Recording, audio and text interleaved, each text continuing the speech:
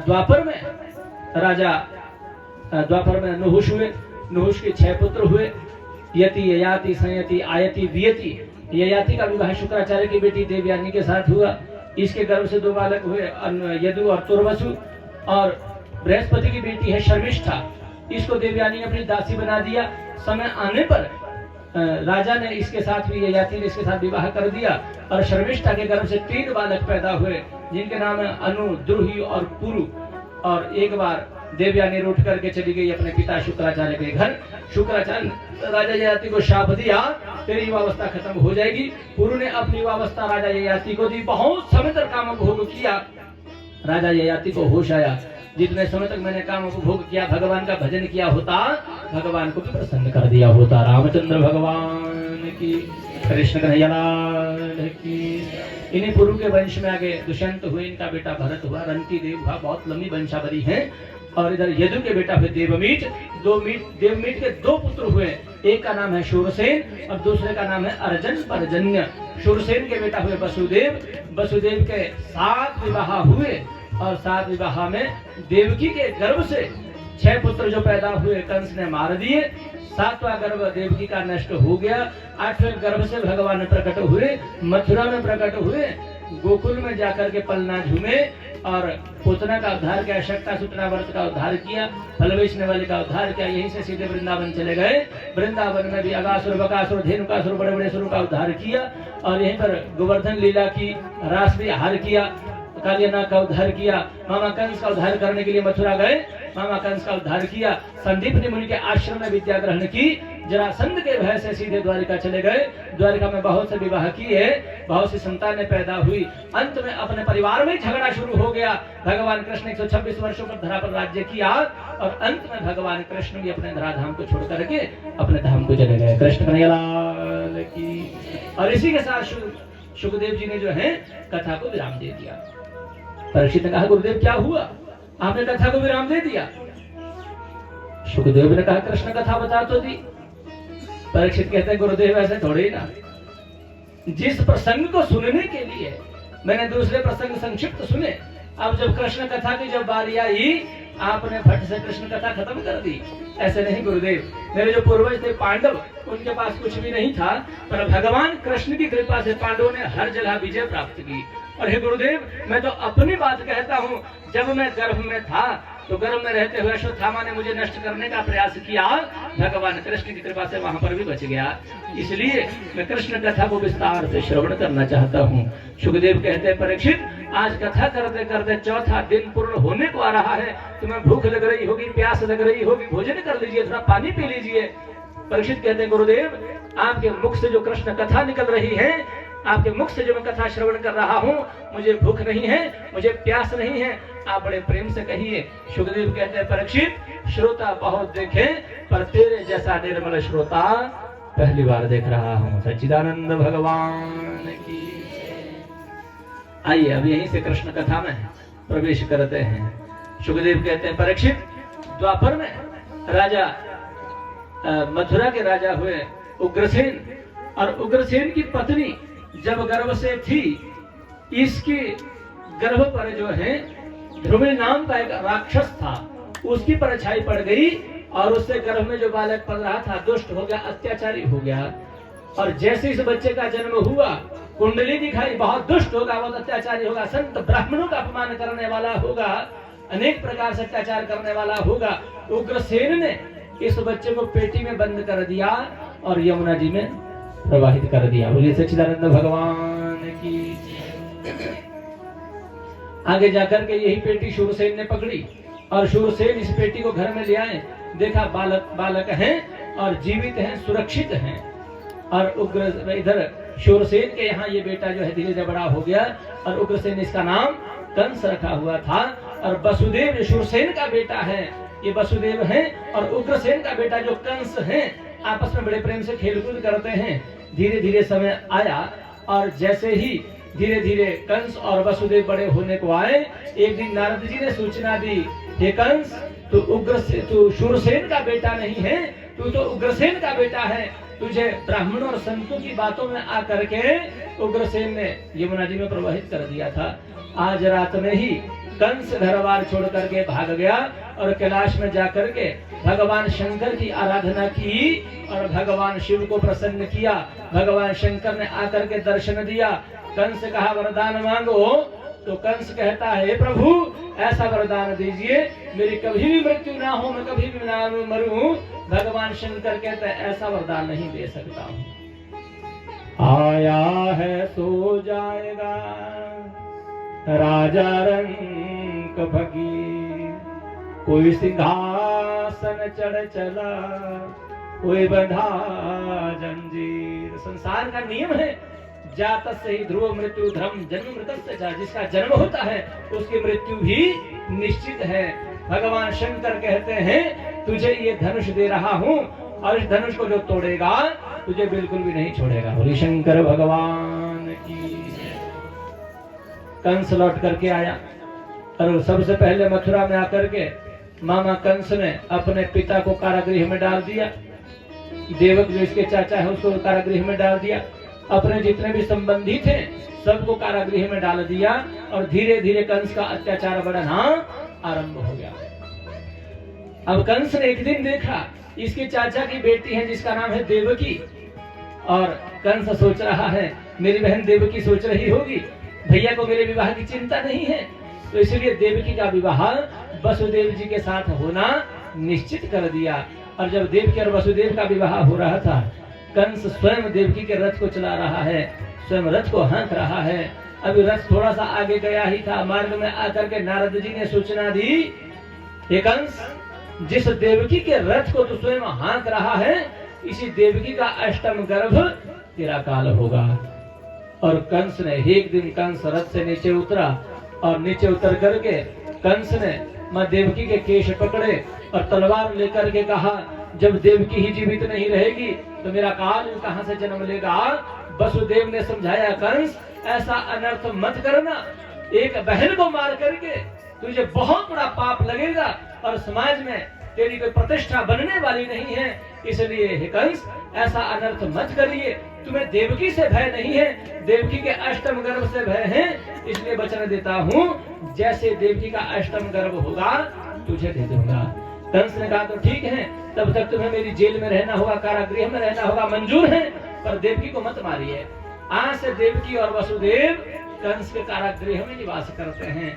और जैसे ही पहला बच्चा हुआ मामा कंस मारने के लिए आया। देवकी ने कहा भैया ये तो पहला है, इसको छोड़ दीजिए, इससे भय नहीं है। कंस छोड़ करके जाना चाहता था। नारद ने फिर सूचना दी है कंस 8 लाइनें देकर के कहा इधर से गिनती करो तो उधर 8 और उधर से गिनती करो तो इधर 8। बोली शंकर भगवान की। कोई भी देवकी का गर्भ तेरा काल हो सकता है। पहला मार दिया, दूसरा भी मार दिया, तीसरा भी मार दिया। इस तरह से 6 पुत्रों को देवकी के 6 पुत्रों को मार दिया। अब सप्तम गर्भ में शेषनाग जी महाराज जो पिछले गर्भ में छोटे भैया बनकर के लक्ष्मण बनकर के आए थे, इस जन्म में बड़े भैया बलराम बनकर के आ रहे हैं। और जैसे ही गर्भ में प्रवेश किया भगवान नारायण ने योग माया से कहा हे योग माया तुम्हें मेरा एक काम करना होगा। कहिए। यहां से जाकर के देवकी के गर्भ को यहां से निकालिए और रोहिणी के गर्भ में स्थापित कर दीजिए और स्वयं को यशोदा के गर्भ में चली जाओ और मैं स्वयं देवकी के गर्भ से जन्म लेकर के यहाँ से गोकुल आऊंगा और तुम वहां से मथुरा चली जाना। तुम्हें मेरा इतना काम करना होगा। योगमाया ने कहा प्रभु ये सब अदला बदली तो कर दूंगी पर इसके बदले मुझे क्या मिलेगा। बोलिए सच्चिदानंद भगवान की। नाम धेयानि कुर्वन्ति स्थानानि च नरा भुवि दुर्गेति भद्रकालीति विजया वैष्णवीति च। आगे कलयुग आ रहा है और हे योग माया कलयुग में तुम्हारे अनेकों नाम होंगे और जिस नाम से तुम्हें भक्त भजेगा तुम बहुत जल्दी फल देने में सक्षम होगी। दुर्गा, भद्रकाली, विजया, दुर्गा, वैष्णवी अनेक नाम होंगे और जिस भाव से तुम्हारा भजन करेगा तुम अनेक प्रकार से फल देने में सक्षम होगी। तो यहाँ से देवकी के गर्भ को निकाला योग माया ने और रोहिणी के गर्भ में स्थापित कर दिया। स्वयं को यशोदा के गर्भ में चली गई और इधर भगवान ने देवताओं से कहा हे देवताओं किसी न किसी रूप में जो है धरा पर अवतरित हो जाएं। कोई गोपियों के रूप में आए, कोई ग्वालों के रूप में आए, कोई गाय के रूप में आए, कोई बछड़े के रूप में आए। और भगवान कहते हैं यदा यदा हि धर्मस्य ग्लानिर्भवति भारत अभ्युत्थानम् अधर्मस्य तदात्मानं सृजाम्यहम्।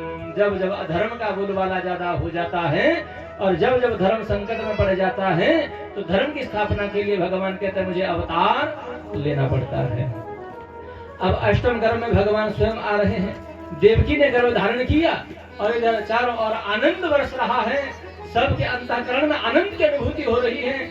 और इधर धीरे धीरे गर्भ बढ़ने को आया, धीरे धीरे गर्भ बड़ा होने को आया और कंस को जाकर के सूचना दी।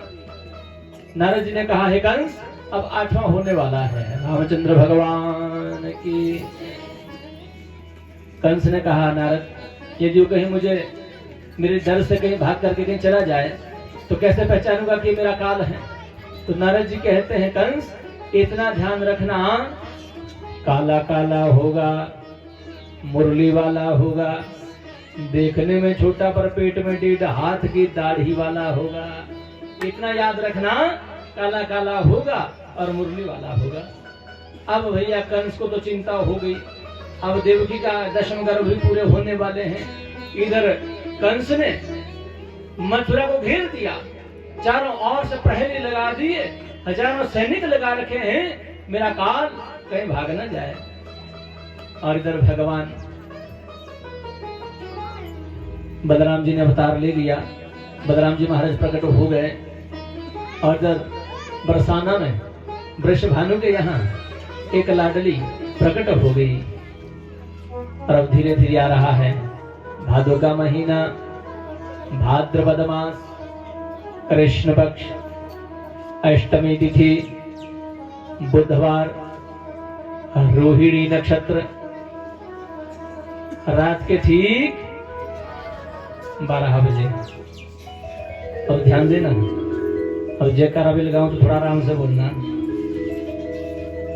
सब प्रहरी जितने भी थे ना सब सो गए, सबको नींद आ गई। एकदम सन्नाटा छाया है मथुरा में। और जितने मथुरा में पड़े हुए हैं सब एकदम सन्नाटा पड़ा हुआ, सब सन्नाटा छाया हुआ है। जितने प्रहरी थे सब सो गए।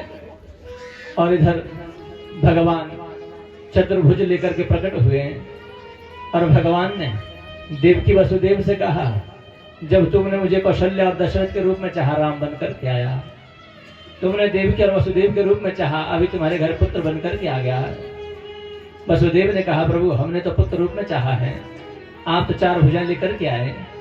भगवान कहते हैं तो इसलिए लाया हूँ, तुम्हारे यहाँ जो भी पुत्र पैदा होता है मामा कंस मारने के लिए आ जाता है। अभी मामा कंस आ जाए तो मैं तुम्हें भी बचा सकता हूँ और अपनी भी सुरक्षा कर सकता हूँ। तुम कहो 2 भुजाएं कम कर दूं, शंख चक्र छोड़ दूं, तो तुम्हें अपनी भी रक्षा करनी होगी, मुझे भी बचाना होगा।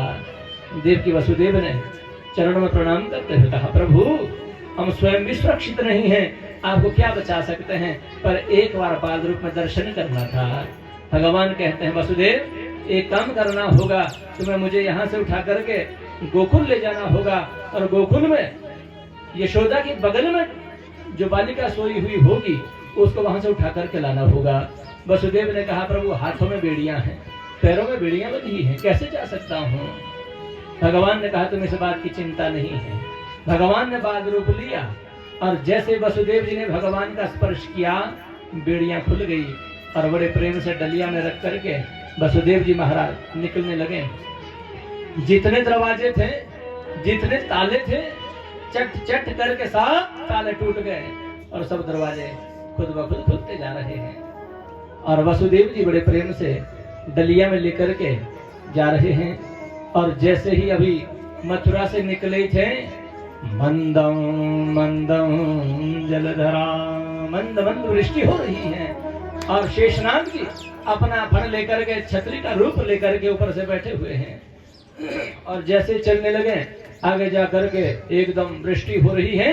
यमुना जी में एकदम बाढ़ आ गई, यमुना का जल स्तर धीरे धीरे ऊपर बढ़ रहा है। और जैसे ही यमुना का जल स्तर धीरे धीरे बढ़ने लगा। भगवान ने सोचा इसी प्रकार से यमुना बढ़ती रही तो वसुदेव जी तो डूब जाएंगे, और अपने पैर जैसे ही नीचे किए यमुना जी ने रास्ता दे दिया। बोलिए रामचंद्र भगवान की, कृष्ण कन्हैया लाल की। अब यहाँ से वसुदेव जी सीधे गोकुल में प्रवेश किया, और गोकुल में यहाँ पर यशोदा की बगल में जो बालिका सोई हुई है इसको यहाँ से उठाया और प्रभु को यहीं पर छोड़ दिया। कारागृह में प्रवेश किया। अभी बालिका को जैसे ही गोद में लिया, बेड़ियां फिर पड़ गई, दरवाजे फिर बंद हो गए, ताले फिर लग गए, और जैसे ही बालिका रोई वह घर के रोज जैसे रोने की आवाज आई, सब द्वारपाल जग गए। हे महाराज, 8वां हो गया, 8वां हो गया, 8वां हो गया। और भागे भागे गए, मामा कंस को सूचना दी, महाराज 8वां हो गया। अब जैसे मामा कंस आया, देखा बेटा नहीं बेटी है, मारने का प्रयास किया। देवकी ने कहा, भैया तुमने मेरे 6 बच्चे पहले मार दिए, 7वां गर्भ मेरा नष्ट हो गया, अब ये तो बेटी है ना, इसको छोड़ दीजिए, बेटी तो तुम्हारा कुछ बिगाड़ नहीं सकती है। एक बार कंस छोड़ करके जाना चाहता था, पर नारद ने फिर सूचना दी, ये बेटी तुझे भले ही ना मारे, इसका बेटा भी तो मार सकता है। अब कंस ने इतना सुनना था, बेटी को जैसे ही हाथ में लिया, चट्टान पर पटकने का प्रयास किया। योग माया ने कंस के मस्तक पर चरणों का प्रहार करते हुए अनंत आकाश में उड़ गई, बिजली कड़की और एकदम आकाशवाणी हुई, हे दुष्ट कंस, तुझे मारने वाले ने कहीं ब्रजमंडल में जन्म ले रखा है। बोलिए कृष्ण कन्हैया लाल की। कंस बोला, बताइए बताइए कहाँ है, कैसे पहचानूं? योग माया बोले, ये नहीं बताऊंगी, पर इतना बता देती हूँ, तेरे काल ने कहीं ब्रजमंडल में जन्म ले रखा है। अब कंस की चिंताएं और बलवती होगी। कृष्ण कन्हैया लाल की। आइए यहाँ से सीधे चलते हैं गोकुल, और गोकुल के राजा हैं नंद बाबा। आयु बहुत हो गई, अभी कोई बेटा बेटी नहीं हुआ। नंद बाबा दौड़े दौड़े गए, अपने पुरोहित शांडिल्य मुनि के चरणों में प्रणाम किया, गुरुदेव आयु तो बहुत हो गई है, अब तक घर में कोई बेटा बेटी हुआ ही नहीं है, क्या होगा भी नहीं? शांडिल्य मुनि ने कहा, होगा, पर इसके लिए थोड़ा ब्राह्मणों को मीठा मीठा भोजन करवा देना।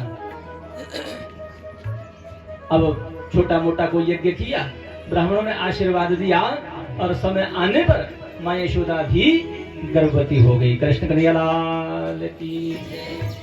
अब जब से माँ यशोदा गर्भवती हुई, माँ यशोदा की नंद बाबा की 2 बहनें हैं, नंदा और सुनंदा, और जब से पता चला कि भाभी गर्भ से हैं, तब से नंदा और सुनंदा ने भी इधर ही डेरा डाल रखा है। ध्यान देना, ये नंदे बड़ी खराब होती है, इनको पता चले ना भैया के घर में कोई प्रोग्राम चल रहा है, कोई उत्सव आ रहा है, कोई शादी वादी आ रही है, पहले 2-4 दिन पहले आ जाएगी, भैया देख पिछली बार भी तुमने मेरे को ऐसे ठग दिया था, इस बार तो भैया सूट भी छांट करके लूंगी, अब ठगनी मुश्किल होगी। बोलिए सच्चिदानंद भगवान की।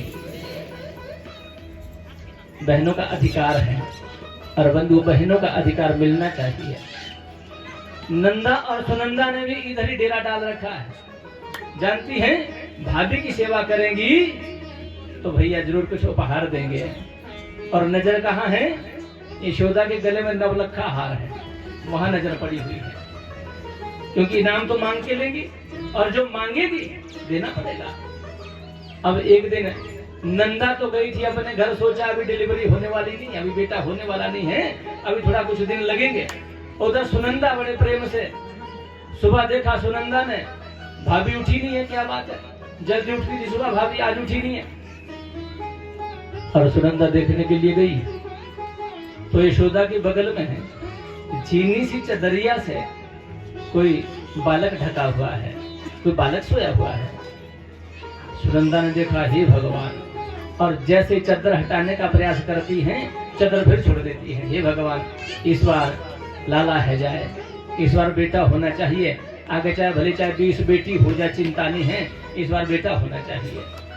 और सुनंदा ने 21 बार हरि शरणम हरि शरणम हरि शरणम हरि शरणम इस मंत्र का जाप किया, और जैसे ही चादर हटा करके देखा, सुंदर सो नीलमणि सो लाला ने जन्म लियो है। बोली रामचंद्र भगवान की, कृष्ण कन्हैया लाल की। सुनंदा ने बच्चे को एकदम ढक दिया और यहीं से सुनंदा दौड़ी दौड़ी भागी भागी गई और सुनंदा ने नंद बाबा के पास, नंद बाबा गौशाला में बैठे हैं और गौशाला में जाकर के भजन चल रहा है, गौशाला में जाकर के माला चल रही है और माला करते हुए कौन सा मंत्र चल रहा है मालूम? अभी तो भयो नाही, अभी तो भयो नाही, अभी तो भयो। हे भगवान, अभी तो हुआ ही नहीं, पता नहीं कब होगा। ये मंत्र चल रहा है और मंत्र करते करते तब तक सुनंदा पहुंची। सुनंदा ने कहा भैया बधाई हो। नंद बाबा बोले ये बता काहे बात की बधाई, किस बात की बधाई? अच्छा ये बताओ मुझे क्या दोगे? बहन जो मांगेगी सो दूंगा, पर ये तो बता काहे बातन की बधाई?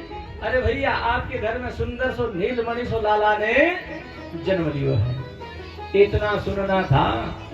नंद बाबा भागे भागे दौड़े दौड़े गए, यमुना जी में 108 डुबकी लगाई, पीलो चंदन लगायो, पीली पगड़ी बांधी, पीली पीताम्बरी ली और पीलो पटका लियो और सुंदर श्रृंगार करके पूरा श्रृंगार करते हुए ग्वालिया से, ये ग्वालिया भैया जरा दर्पण लाइयो। और जैसे ग्वालिया शीशा लेकर के आया, नंद बाबा शीशा भी देख रहे हैं और ग्वालिया से पूछते कैसा लग रहा हूँ? ग्वालिया बोला बिल्कुल दूल्हा की तरह सज रहे हो। यहीं से दौड़े दौड़े गए और शांडिल्य मुनि के चरणों में जाकर के प्रणाम किया। शांडिल्य मुनि ने कहा यजमान जी क्या हुआ? नंद बाबा ने कहा महाराज आपके आशीर्वाद से सुंदर सो नीलमणि सो लाला ने जन्म लियो है। रामचंद्र भगवान की, कृष्ण कन्हैया लाल की। शांडिल्य मुनि आए, बड़े प्रेम से स्वस्ति वाचन किया, आशीष किया। हमारे प्रधान यजमान जी आकर के भागवत जी का पंचोपचार से पूजन करेंगे, भगवान को माखन और मिश्री का भोग लगाएंगे और सब लोग बड़े प्रेम से अपने स्थान पर बैठ करके अपनी आंखें बंद करते हुए अपने अंतःकरण रूपी गोकुल में बड़े प्रेम से ध्यान करेंगे। और उसके बाद भगवान कृष्ण जो छोटे से बाज रूप में बनाए हैं, अभी उनकी झांकी का दर्शन होगा। बोलिए कृष्ण कन्हैया लाल की। हरि ओम। स्वस्ति न इंद्रो वृद्धशर्वाः, स्वस्ति नः पूषा विश्ववेदाः, स्वस्ति नस्तारक्षो अरिष्टनेमिः, स्वस्ति नो बृहस्पतिर्दधातु।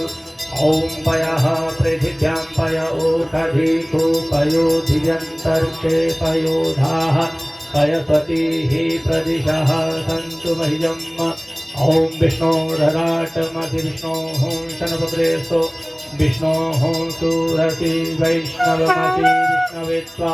ओम देवता पातु देवता सूर्यो देवता, चंद्रमा देवता बसवो देवता, रुद्रा देवता दित्या देवता, मरुतो देवता विश्वे देवा देवता, बृहस्पतिर्देव चंद्रो देवता, वरुणो देवता। ओम द्योः शान्तिरन्तरिक्षं शान्तिः, पृथिवी शान्तिरापः शान्तिरोषधयः शान्तिः, वनस्पतयः शान्तिर्विश्वे देवाः शान्तिर्ब्रह्म शान्तिः, सर्वगुं शान्तिः शान्तिरेव शान्तिः, सामा शान्तिरेधि। भद्रं कर्णेभिः शृणुयाम देवा, भद्रं पश्येमाक्षभिर्यजत्राः, स्थिरैरङ्गे सुषुवागुंभस्तनूभिर्व्यशेमहि देवहितं जदायुः। ॐ इदगुं हविः प्रजननं मे असुदशवीरगुं सर्वगणगुं स्वस्तये। आत्मसनि प्रजासनि पशुसनि लोकसन्यभयसनि, अग्निः प्रजां बहुलां मे करोतन्नं, पयोरेतो अस्मान् सुधत्ता। बोलिए बालकृष्ण लाल की जय, कृष्ण कन्हैया लाल की जय। श्रीमद्भागवत महापुराण की जय। ज्ञान पुरुषोत्तम वेद व्यास भगवान की जय। शांडिल्य मुनि ने आकर के बड़े प्रेम से स्वस्ति वाचन किया और सब लोग बड़े प्रेम से उत्सव मनाते जा रहे हैं। बोलिए सच्चिदानंद भगवान की जय, कृष्ण कन्हैया लाल की जय। आइए सब लोग बड़े प्रेम से भगवान कृष्ण बलराम के प्राकट्य पर सब एक दूसरे को बधाइयां देते जा रहे हैं।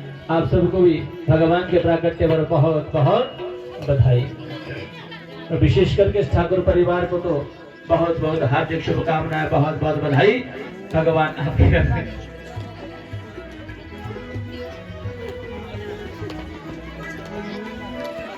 सुख शांति सुख समृद्धि बनी रहे, ऐसी भगवान से कामना करते हैं।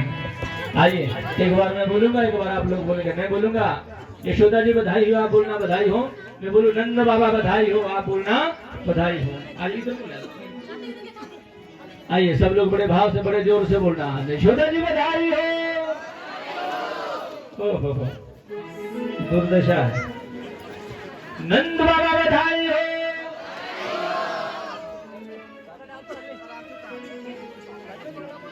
ऐसा करते हैं सब लोग दो भागों में हो जाते हैं। जब मैं कहूँ यशोदा जी बधाई हो, आप लोग बैठ जाइए 2 मिनट के लिए, जहाँ जगह मिलती है वहीं स्थापित हो जाइए। बोलिए शंकर भगवान की जय, कृष्ण कन्हैया की जय।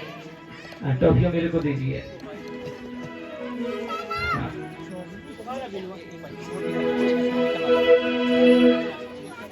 अच्छा, भगवान के प्राकट्य पर आप सबको बहुत बहुत बधाइयाँ।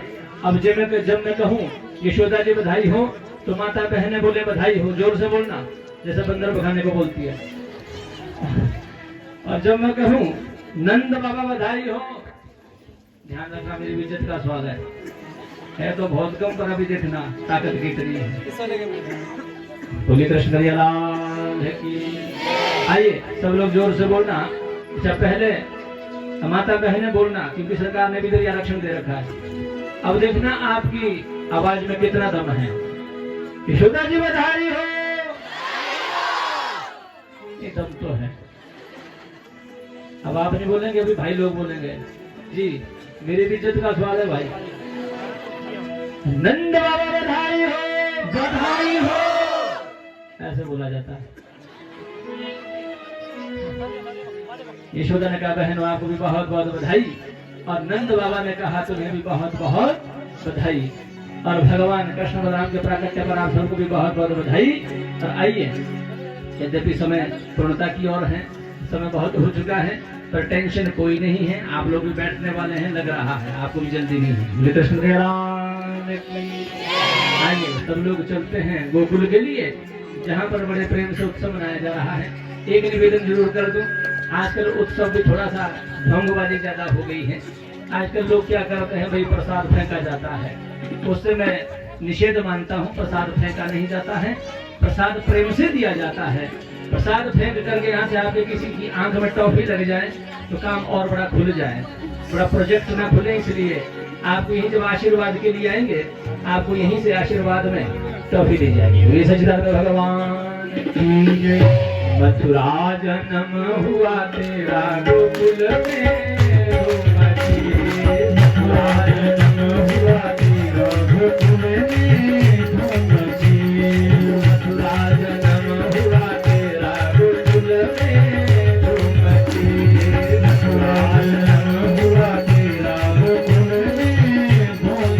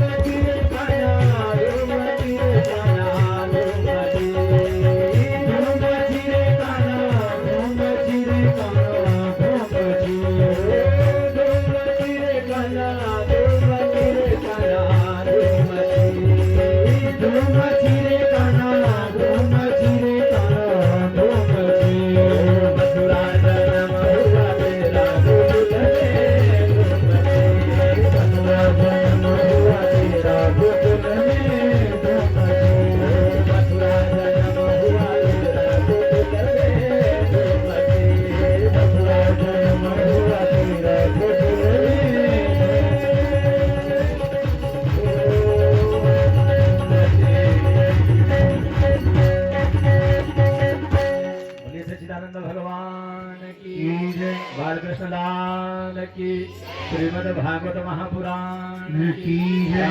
वेद व्यास भगवान की जय। श्री सुखदेव जी महाराज की जय। लगासन मैया की जय। ईश्वर महाराज की जय। गुरु भुज नारायण भगवान की जय। पंचमुखी महादेव की जय। दुर्गा देवता की माता पिता के चरण कमलों की जय। काली मैया की सदगुरुदेव भगवान की जय। जय जय श्री राधे जय जय श्री राधे जय जय श्री राधे श्याम भक्तवत्सल भगवान की। भगवान के प्राकट्य पर आप सबको पुनः एक बार बहुत बहुत बधाई। बंधुओं, आज समय थोड़ा ज्यादा ले लिया। कामना करते हैं जिस निमित्त भागवत कथा चल रही है अवश्य इनके पूर्वज भगवान के धाम में निवास करें, घर में सुख शांति समृद्धि बनी रहे। आप सब लोग भी बड़े भाव से बड़े प्रेम से कथा श्रवण करते हैं, यही कामना करते हैं आप सबकी श्रवण की जो भक्ति है भगवान इसी प्रकार से बनी रहे और भगवान आपके घर में सुख शांति सुख समृद्धि बनी रहे, ऐसी भगवान से हम कामना करते हैं। समय अधिक हो गया, वाणी को विराम। सब लोग बड़े प्रेम से आरती का दर्शन करेंगे और कल की कथा अवश्य बनना पड़ गया, कल लेट नहीं करेंगे, ठीक 1 से 4 बजे तक समय से पूर्व पधारें। आपको देरी से आने की आदत है, मंत्रियों का समय नहीं है, कथा का समय है। मंत्री 1 बजे बोलेंगे तो 6 बजे आएंगे। कथा का ऐसा नहीं है, कथा का समय ठीक 1 बजे से आरंभ होगा।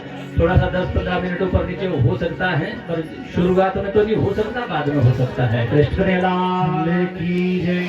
सब लोग बड़े प्रेम से आरती का दर्शन करें। जो दूर से आए हैं, पहले हमारे परिवार के सदस्य और हमारे भोजन बनाने वाले जो बहुत सेवा कर रहे हैं प्रातः काल से रात्रि पर्यंत, बंधु आपकी सेवा खाली नहीं जाएगी। भगवान जरूर आपको जो है फल प्रदान करेंगे। और उसके बाद जो दूर से आए हैं उनको आशीर्वाद ग्रहण करने दें, क्योंकि किसी की बस ना निकल जाए, किसी को लेट ना हो जाए, इसलिए पहले उनका आशीर्वाद लेने दें। जो स्थानीय हैं, जिनके पास गाड़ी की व्यवस्था है, वो थोड़ा सा रुक करके आशीर्वाद भी ग्रहण करें बाद में, और महाप्रसाद भी बाद में ग्रहण करें। और आपसे एक विशेष निवेदन करते हैं, आप अपने स्थान पर बैठे बैठे आरती का दर्शन करें। और जब आप आशीर्वाद के लिए आए, आपने जो झोली में पुष्प रखे हैं ना, जो बाद में आप लोग ऐसे ही फेंकते हैं, पुष्प ऐसे नहीं फेंकना चाहिए। चाहे वो वक्ता है चाहे कोई भी है, ऐसे पुष्प नहीं फेंकना चाहिए, क्योंकि किसी के पैर के नीचे जो पुष्प आता है उस पुष्प का अपमान होता है। पुष्प के अधिकारी भगवान हैं, आप भगवान को पुष्प अर्पित करें और ज्यादा समय यहाँ ना लगाएं। आप आशीर्वाद के लिए आए, बस आप वहां से प्रणाम कर देना, बस यहाँ से सिर्फ आशीर्वाद ले लेना। कई ऐसे हैं जो पहले तो प्रणाम करेंगे, फिर चुन्नी करेंगे, फिर हाथ करेंगे, फिर ऐसा ना करें।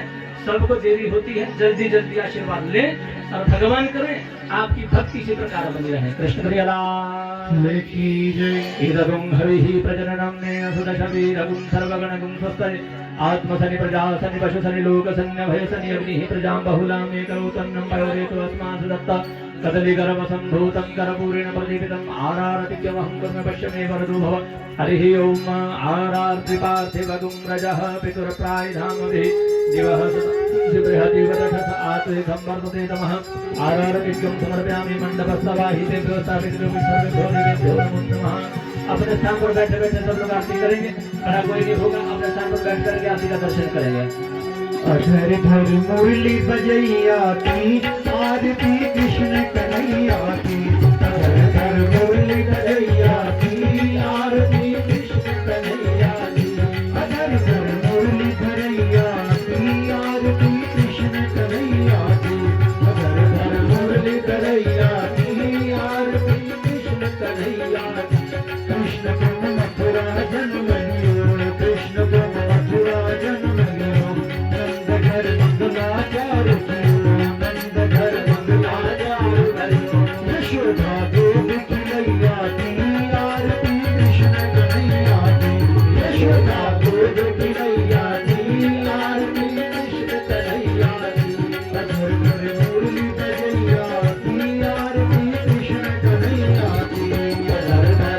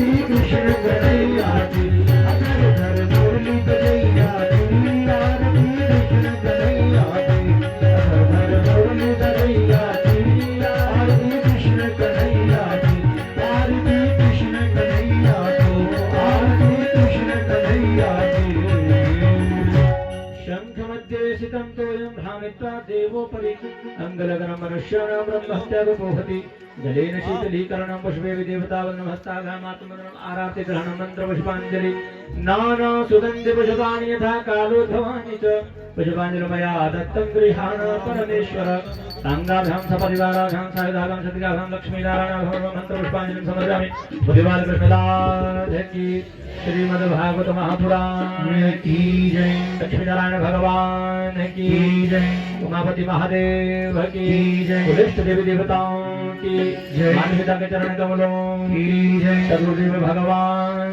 की जय नमः पार्वती पतये हर हर हर हर महादेव जो बोले सनिर्भय बोल सनातन धर्म की जय सर्वे भवन्तु सुखिनः सर्वे सन्तु निरामया सर्वे भद्राणि पश्यन्तु मा कश्चित् दुःखभाग्भवेत् ॐ पूर्णमदः पूर्णमिदं पूर्णात् पूर्णमुदच्यते पूर्णस्य पूर्णमादाय पूर्णमेवावशिष्यते ॐ शान्तिः शान्तिः शान्तिर्भवतु भक्तवत्सल भगवान की सभी पुनः अभिनंदन निवेदन पहले दूर जाने वाले भगत अपने स्थानों पर खड़े हों, जो नजदीक के क्रिया बैठे रहें।